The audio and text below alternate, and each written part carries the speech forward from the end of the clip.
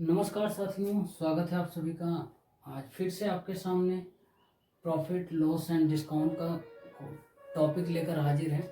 और ये टॉपिक का हमारा जो है आज का तीसरा क्लास है।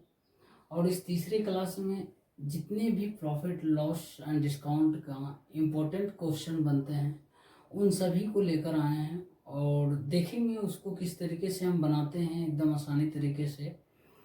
और जिन साथियों ने पिछले 2 क्लास नहीं देखा है उनसे रिक्वेस्ट है आप जाकर देख लीजिए। इससे ज़्यादा आपको चीज़ें क्लियर हो जाएगी जब आप 2 क्लास लास्ट का देख लीजिएगा। तो आज के तीसरे क्लास का ये आपके सामने बोर्ड पर पहला क्वेश्चन है। इस क्वेश्चन को देखिए करते हैं कितना आसानी तरीके से करेंगे। और मैं आपको हमेशा किसी भी क्वेश्चन करने से पहले ये बताता हूँ कि आप कोई भी क्वेश्चन हो उसको अपने एकदम कूल माइंड के साथ सोचिए और बनाने का कोशिश कीजिए, देखिए बन जाएगा। कोई क्वेश्चन जो है ना आपके थॉट से ज़्यादा टफ नहीं होती है। तो देखिए इस पहले क्वेश्चन को हम कैसे बनाते हैं। बोल रहा है एक घड़ी को जो है ना एक विक्रेता 960 रुपये में खरीदता है, ठीक है ना, और 20% लाभ पर बेचता है। तो हम पहले आगे और देखते हैं क्या बोल रहा है कि एक दिन वह एक ग्राहक को जो है ना 20% लाभ पर बेच देता है, लेकिन भूल से वह प्रतिशत लाभ की गणना जो है ना वो विक्रय मूल्य पर किया जिस पर वह घड़ी को बेचा करता था। ग्राहक ने उसे कितने रुपए में खरीदा ये पूछ रहा। देखिए मेरे भाई, जब भी मैं आपको बोलता हूँ क्वेश्चन में कि जब तक जनरली लाभ की गणना जो है ना लाभ को क्रय मूल्य पर ही काउंट किया जाता है।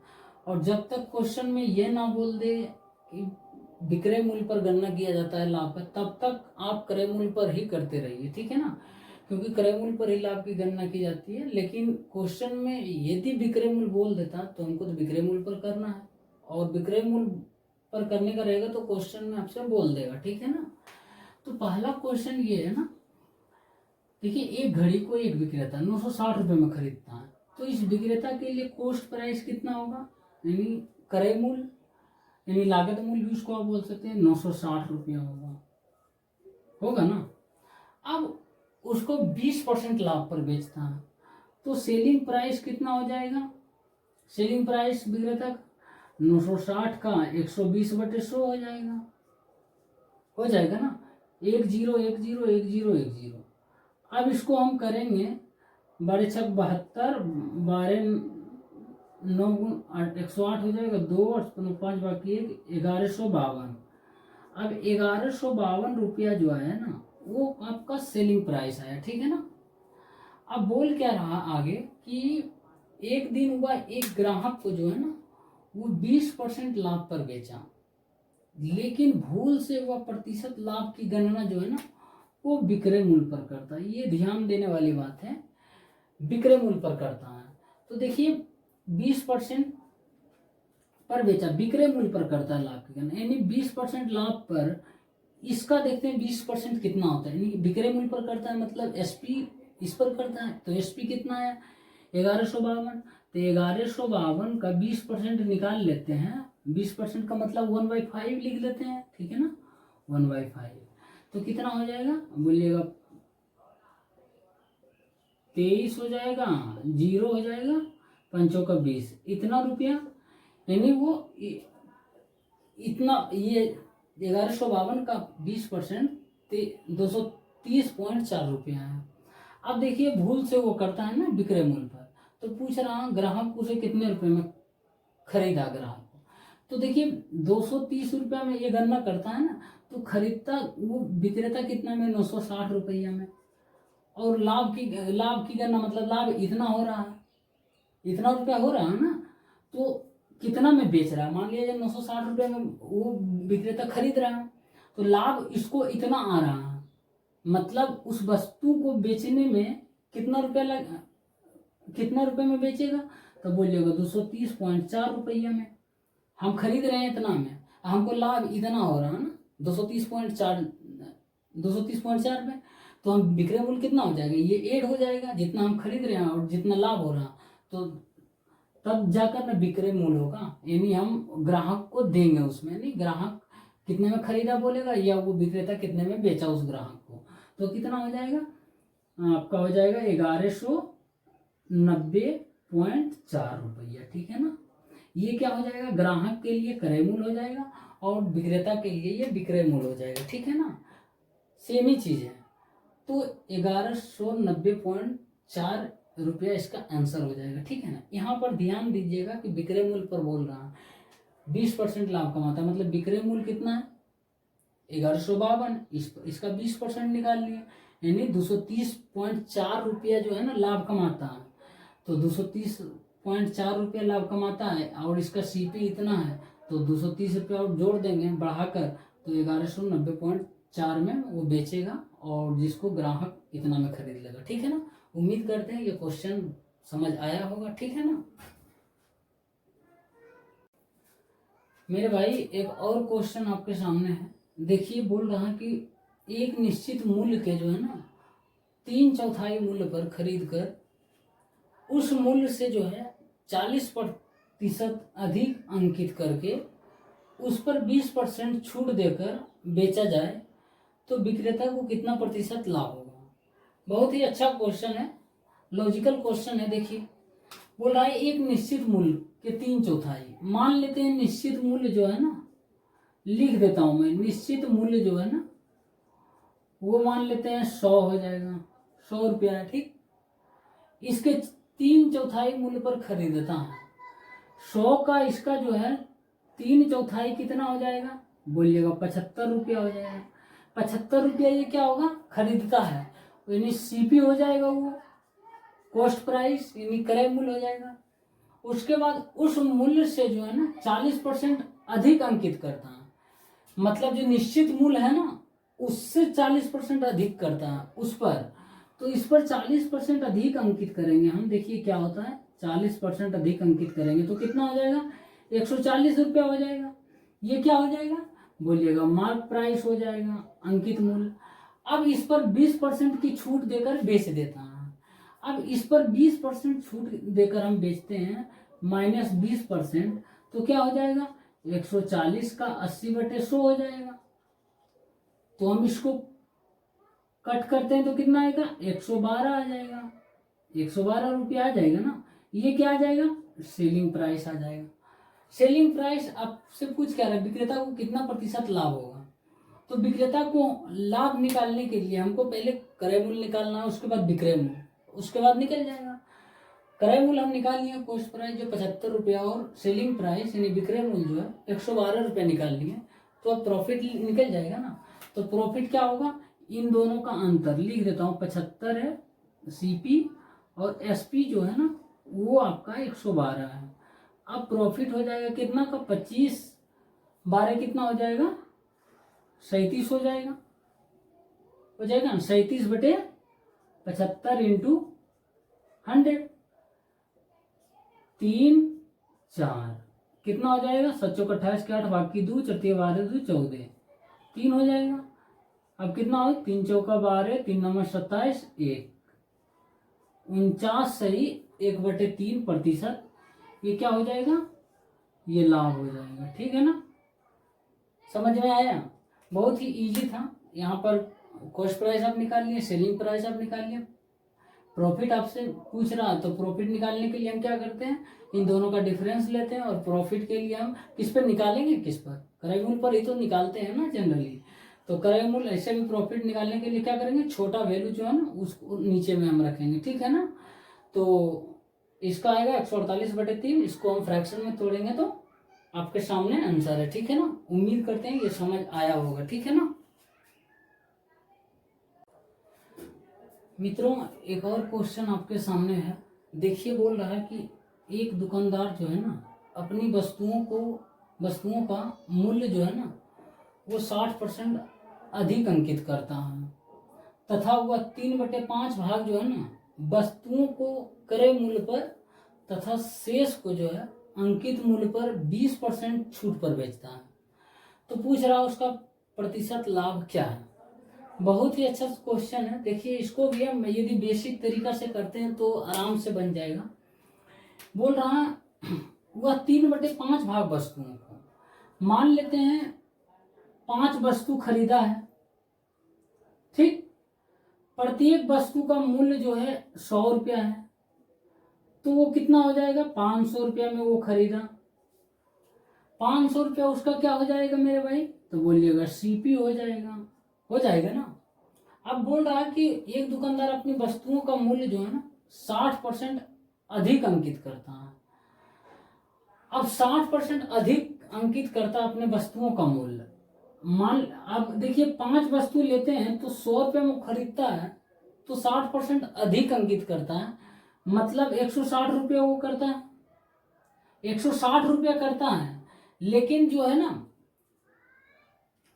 क्या बोल रहा, 3/5 भाग वस्तुओं को, 3 वस्तु को है ना वो जो है क्रय मूल्य पर ही बेच देता है, मतलब 100 रुपया में ही बेच देता है, तो 300 रुपया में वो बेच देता है।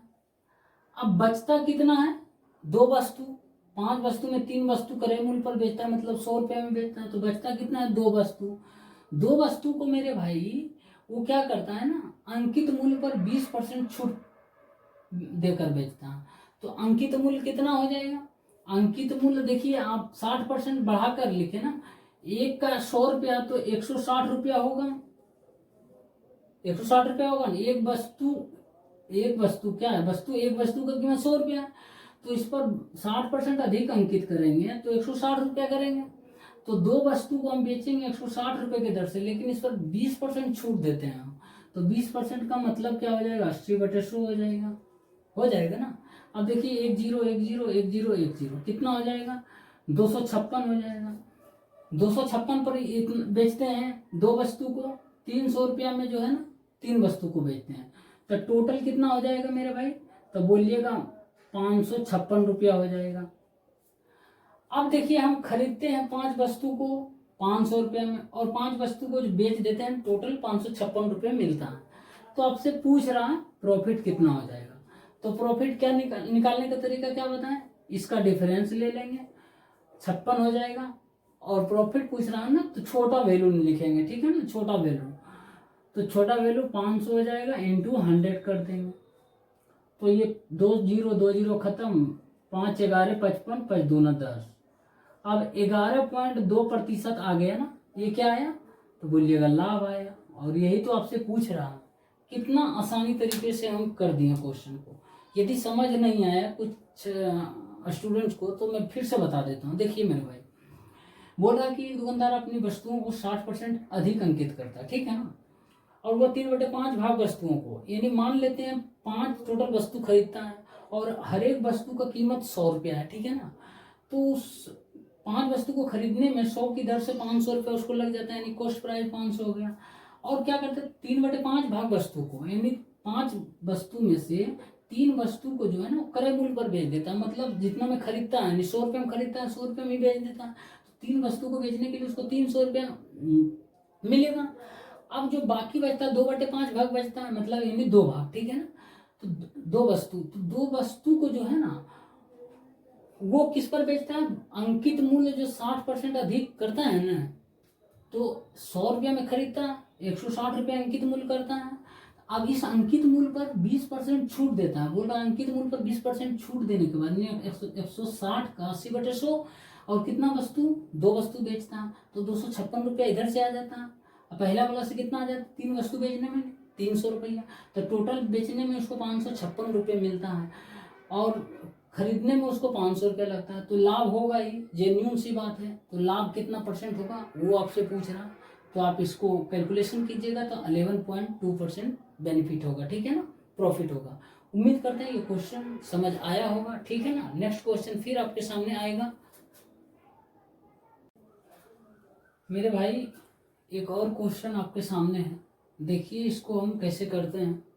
बोल रहा है कि एक फुटकर जो है ना वो विक्रेता से 40 कलम 36 कलमों की निर्धारित कीमत पर खरीदता है, ठीक। यदि वह उन्हें 1% बट्टे पर बेचता हो तो उसका प्रतिशत लाभ क्या है। बहुत ही सिंपल सवाल है। देखिए मान लेते हैं एक पेन का कीमत 1 रुपया, ठीक है ना, तो 40 पेन का कीमत कितना हो जाएगा, तो बोलिएगा 40 रुपया हो जाएगा। बहुत ही सिंपल तरीके से हम सोचते जाएंगे, करते जाएंगे और जो है क्वेश्चन बनते चला जाएगा।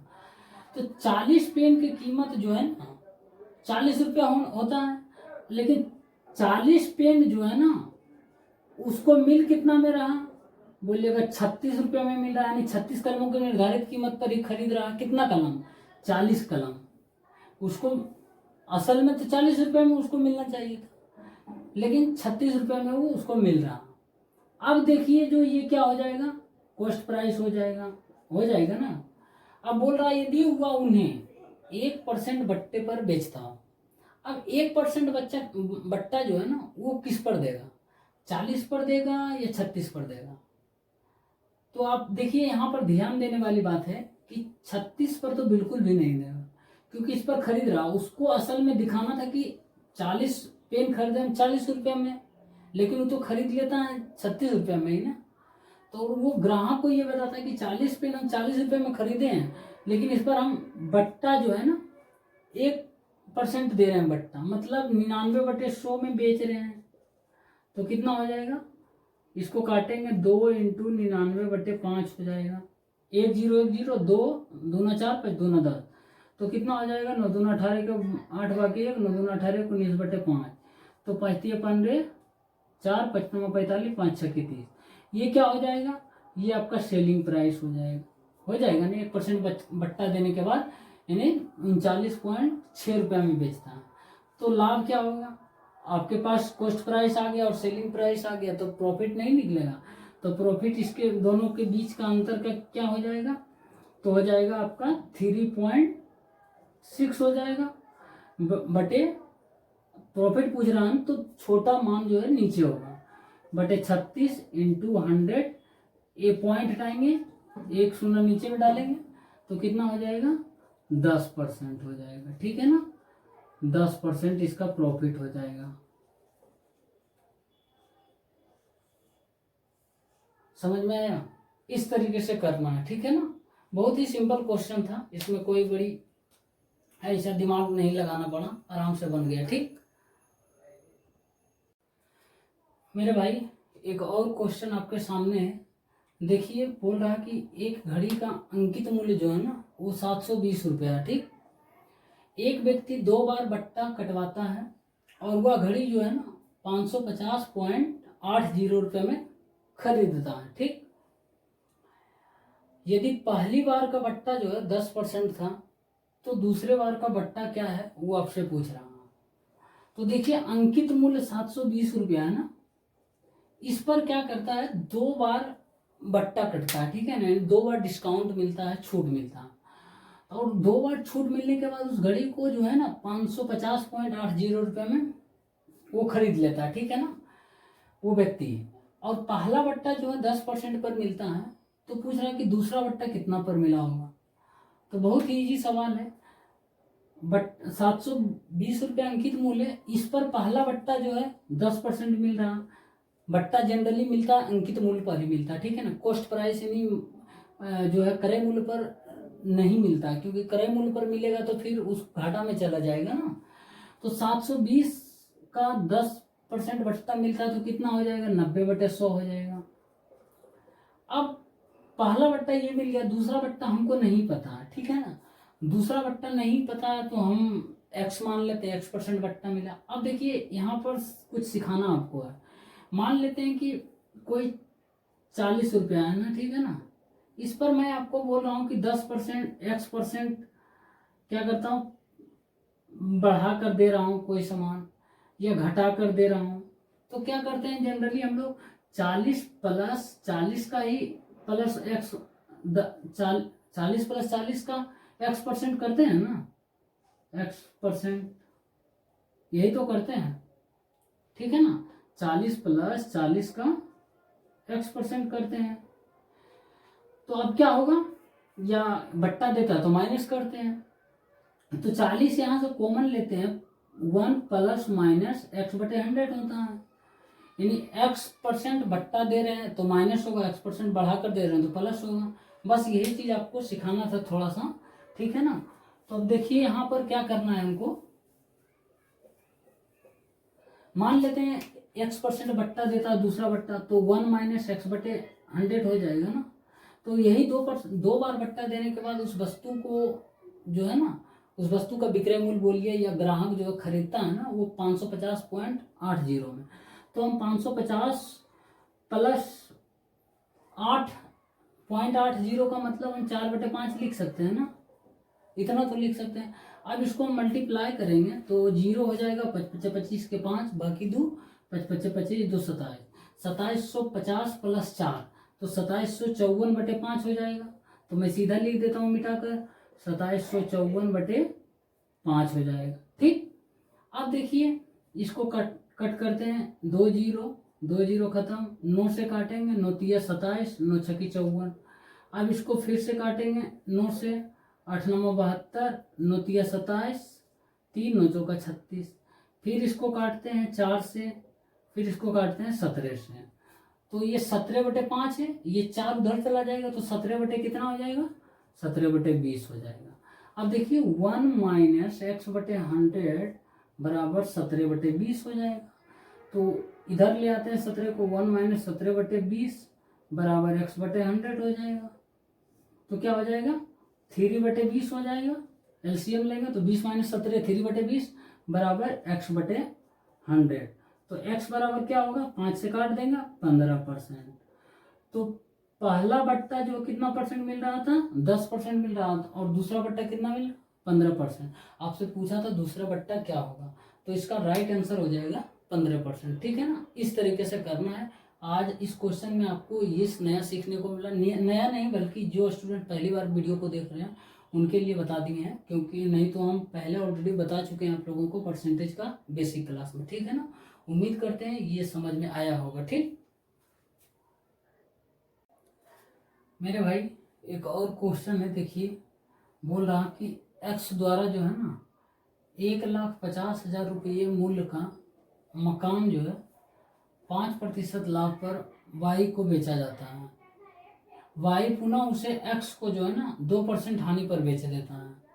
इस क्रय विक्रय का जो है ना एक्स पर क्या प्रभाव पड़ेगा। बहुत ही सिंपल सवाल है। बोल रहा है कि एक्स द्वारा 1,50,000 रुपये का मूल्य जो है ना 5% लाभ पर वाई को बेचता है। तो एक्स का जो है ना विक्रय मूल्य कितना हो जाएगा, एक्स का सेलिंग प्राइस हो जाएगा 1,50,000 का 105/100 करेंगे। 105/100 तो कितना आएगा, 2 0 खत्म हो जाएगा। 105 गुने 1500 करेंगे तो कितना हो जाएगा, 525 हो जाएगा। ये 105 हो जाएगा, 5 7 5 1 यानी 1575,000। ये एक्स का सेलिंग प्राइस हो जाएगा और वाई का जो है ना वो कॉस्ट प्राइस हो जाएगा इसके लिए। ठीक है ना, और वाई का जो है ना वो कॉस्ट प्राइस हो जाएगा वाई का। ठीक, अब बोल रहा वाई जो है ना पुनः उसे एक्स को 2% हानि पर बेच देता है। यानी 1,57,500 है ना, 1,57,500 इस पर वाई फिर एक्स को बेच देता है, और इस बार जो है 2% हानि पर बेचता है। मतलब 98/100 पे बेचता है, 98/100 पे बेचता है। 2 0 खत्म हो जाएगा। अब इसको 98 से मल्टीप्लाई करेंगे, 1575 को 98 से मल्टीप्लाई करेंगे तो 8 25 40 के 0 बाकी 4 6 126 हो जाएगा। 45 के 5 बाकी 4 63 6 141 ये हो जाएगा 0 5 3 बाकी 1 4 5 1 1,54,350 आ जाएगा। 1,54,350 ये आ जाएगा। अब जो है ए के एक्स को बेच रहा है ना, तो एक्स के लिए ये कॉस्ट प्राइस हो जाएगा। अब देखिए एक्स जो है पिछले बार बेच कितना में रहा था, 1,57,500 रुपये में वो बेच रहा। अब इस बार वो खरीद रहा कितना में, 1,54,350 रुपये में। तो इसको क्या होगा, हानि होगा। तो हानि कितने का होगा, तो हम इसको सब्ट्रैक्ट कर लेंगे। 0 5 हो जाएगा, ये हो जाएगा 1 हो जाएगा, ये 3 हो जाएगा। ठीक है ना, 3,150 रुपया जो होगा ना एक्स को हानि होगा, एक्स को हानि होगा, यही आपसे पूछ रहा था। और ऑप्शन में यही हानि के टर्म में x का मान दिया था, x का सभी बाकी ऑप्शन जो है लाभ में दिया था, ठीक है ना, और y का दिया हुआ था जो कि टर्मिनेट हो रहा था। तो यही आंसर होगा, 3150 रुपये x को हानि होगा, ठीक है ना। उम्मीद करते हैं ये समझ आया होगा।